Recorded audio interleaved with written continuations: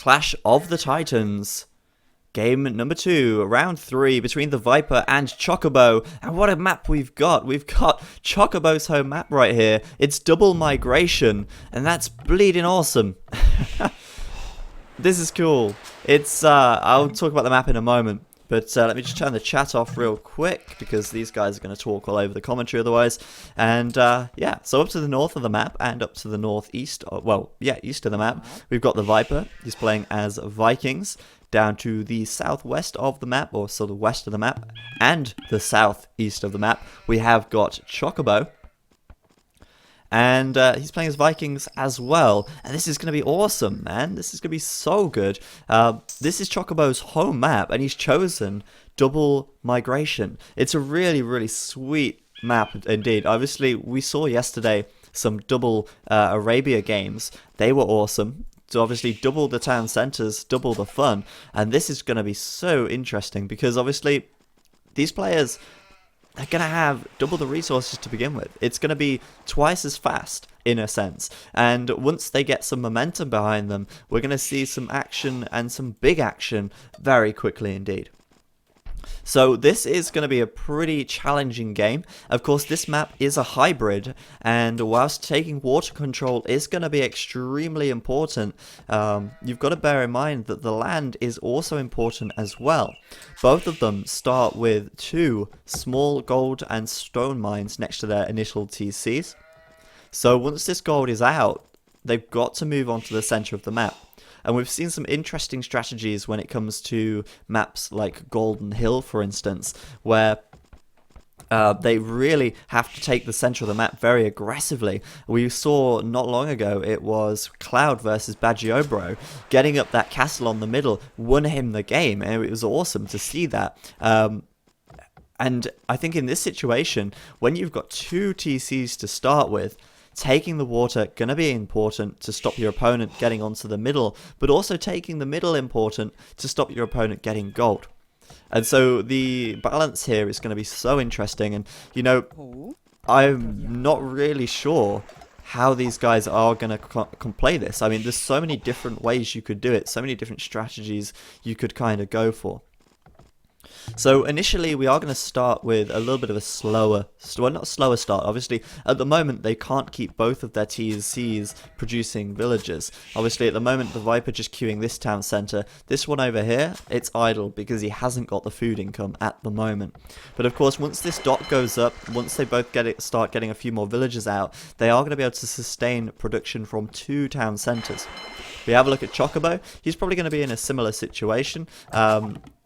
Oh, we're going to get a Viper. Oh, nice one. Going to get a Viper Scout right there. Good pick for him. But either way, Chocobo here going to be trying to keep production up from both TCs at once. And at the moment, you know, he's doing a pretty good job of that. A lot of food income for him, clearly. And being able to take that is, well, that keep those TCs not idle is so important, as I say. Struggling to get my words out for a minute there.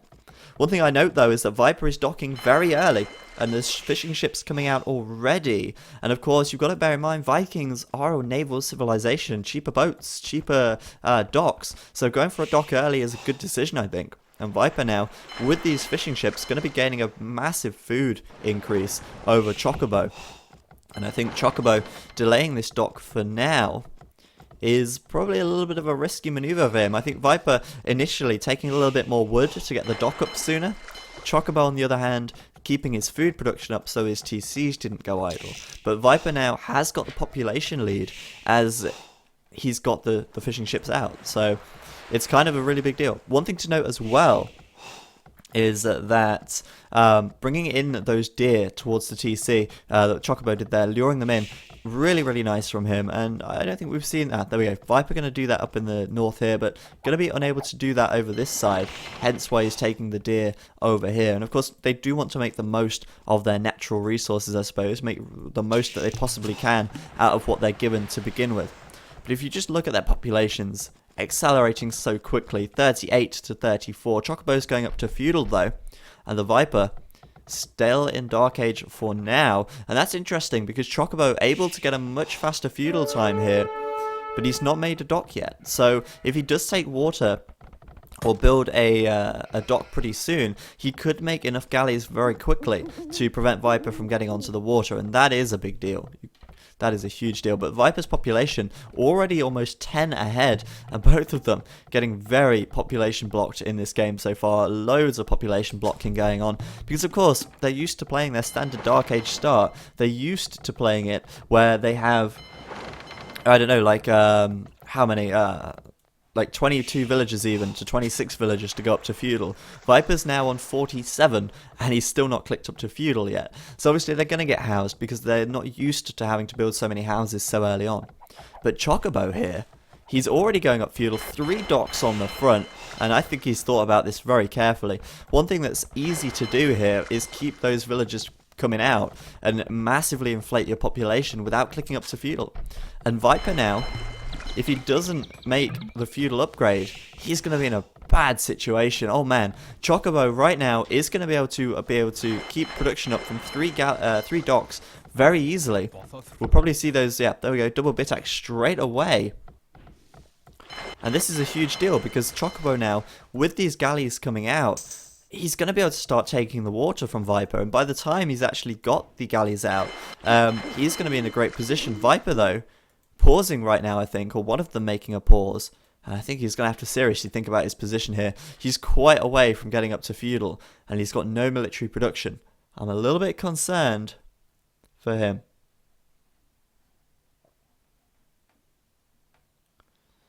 Yeah, the scoreboard matches up because the team colours are on. So Viper's blue and Chocobo's red, and that's always going to be the case because of the team colours. So I don't know what this pause is about though. And I'm not sure why it's been paused, but we have a little pause here. I don't know. I think Viper's probably a little bit on edge right now because Chocobo is so fast up to feudal, and he knows that he's going to lose a lot of water control very quickly if he's not careful. I think he's slipped up massively here, getting too comfortable in the Dark Age. So I don't know if it's a tactical pause or what, but we're just going to have to wait a moment until the pause is over. Oh, there we go. Okay. So Viper did pause that. I was right in that assumption. I think probably thinking, okay, what am I going to do right here? Having a little bit of a tactics talk. Probably tabbing out to talk to Cab or something. But, you know, he's got 3 docks right here, producing 3 fishing ships at a time, 2 CCs, making 2 villages at a time. And now going up to feudal on 60 population as opposed to Chocobo's 42. He's inflated his population so quickly. He's really done that. But Chocobo, as I say, going to be in a great position right now because he's got these galleys coming out already. Another dock up on the left-hand side for him as well does mean that he will start to push up on the top of the map. This could catch Viper out. The one thing that is kind of important to note here, though, is that Viper, because he's got so many more villagers and so much more income right now with resources, he could actually add in a 4th, 5th, or maybe even 6th dock quite comfortably. And with those extra docks, he could actually start taking the water back very quickly if he does go for something like a fast castle or something. There we go. Said so many disturbances, should be fine now, go. So there we go, Viper then just unpausing, and that should be the last pause, I hope. Don't want to have to watch a load of pauses all day long. Viper then about 20% up to feudal, and Chocobo, been feudal for a while. 4 docks as well, straight off the bat. That 3rd dock on the left-hand side. And now Viper adding in those docks quickly, but Chocobo's scouts are here. They're going to stop him from doing that, and Viper's going to have to wall that villager in, but in comes some galleys. Could snipe that villager off and delay these docks even further. That is a big deal. Viper losing that villager there. Not going to be able to finish this dock either. And now Chocobo, oh, hello. Look at all of these fishing ships. Chocobo's happy about that. More galleys coming out, and Viper at this stage unable to make a single one. Desperately then trying to get these docks up, and I think he's doing the right thing, adding in a load more docks, might even add in more. He's going to have so much wood, look at that. He's got more wood than you can shake a stick at. That's a lot of wood. The thing is though, is he going to be able to get gold? Because if Chocobo sort of barricades these crossing points, he could stop the Viper getting into the middle, and of course this gold is going to run out pretty quickly with the amount of ships they're going to be making. I'm just concerned for Viper here because he has lost so many fishing ships. He is adding in, though, that 6th dock right there, and he's looking to get back onto the water in a big way. Look at all the galleys he's got queued. But Chocobo having a field day right now, taking out all of these fishes, no problem for him at all. He's like, thank you very much. I need somebody with a... No, I don't need somebody with a human touch, but either way. Viper very quickly getting up that blacksmith there. Getting that +1 attack done. Chocobo, without that fletching at the moment, though, can mean that Viper's going to be able to out-micro him if he gets numbers, which is actually kind of a big deal. So Viper going to get back onto the water, as I said, in a big way, because Chocobo, he won't be able to get the coverage he needs with these galleys just yet. And Viper, as I say, with that +1 now done, should be able to micro his ass off quite well. Chocobo with 4 docks, the Viper with 6, but he has taken big losses. But bear in mind, at this stage as well, Chocobo has no fishing ships, so it's an advantage that the Viper had, that Chocobo never even had in the first place. So it's kind of a bit like, well, if he takes his fishing ships out, he has none of his own anyway. So the fishing ships Viper still has, probably giving him quite a big eco advantage. Look at all that wood right there, though. Viper has a lot of it. Chocobo just getting up a blacksmith, I heard, and we should see that +1 fletching done in just a moment. 85% on that, and once that is done, Viper gonna lose a little bit more if he's not careful. He needs to really start massing up some galleys where he can. Of course, much more production at this stage, but coming from behind is never ever easy. So just having a look now at Viper's eco. He's probably not planning on doing a fast castle really quickly, but oh, look at this! Chocobo coming forwards with a sneaky tower, and that is going to catch Viper off guard, I think. He could even wall him into his own base and stop him from taking the center, which would be quite kind of a big deal. But a tower going up right there does mean that these villagers are going to whatchamaflig. These villagers are going to get taken down. Viper, I think, pausing again. This is a little bit bad. A lot of pauses here, and I don't really like it when they pause like this, because obviously it's live, and for those of you watching on YouTube, you can just skip ahead, of course, but for those people watching live, kind of sucks to have to wait through all of the pauses every now and then. Just gonna wait until Viper unpauses right now. Look at his lovely fishing ships and some of his galleys right here, as well as Chocobos, of course. And we're just waiting. Not so keen, as I say, on the pauses right here. Just waiting for the unpause. I mean, for all we know, it could have been Chocobo who paused it. We just have no idea. I don't know, though. Chocobo's looking pretty good right now. Viper, on the other hand, he can catch up on the water. I think he can do it. But the issue comes when it comes to the gold running out, because this gold is not going to last forever. And he's going to run out very, very quickly if he's not careful. I think there should perhaps be a rule about pauses, actually.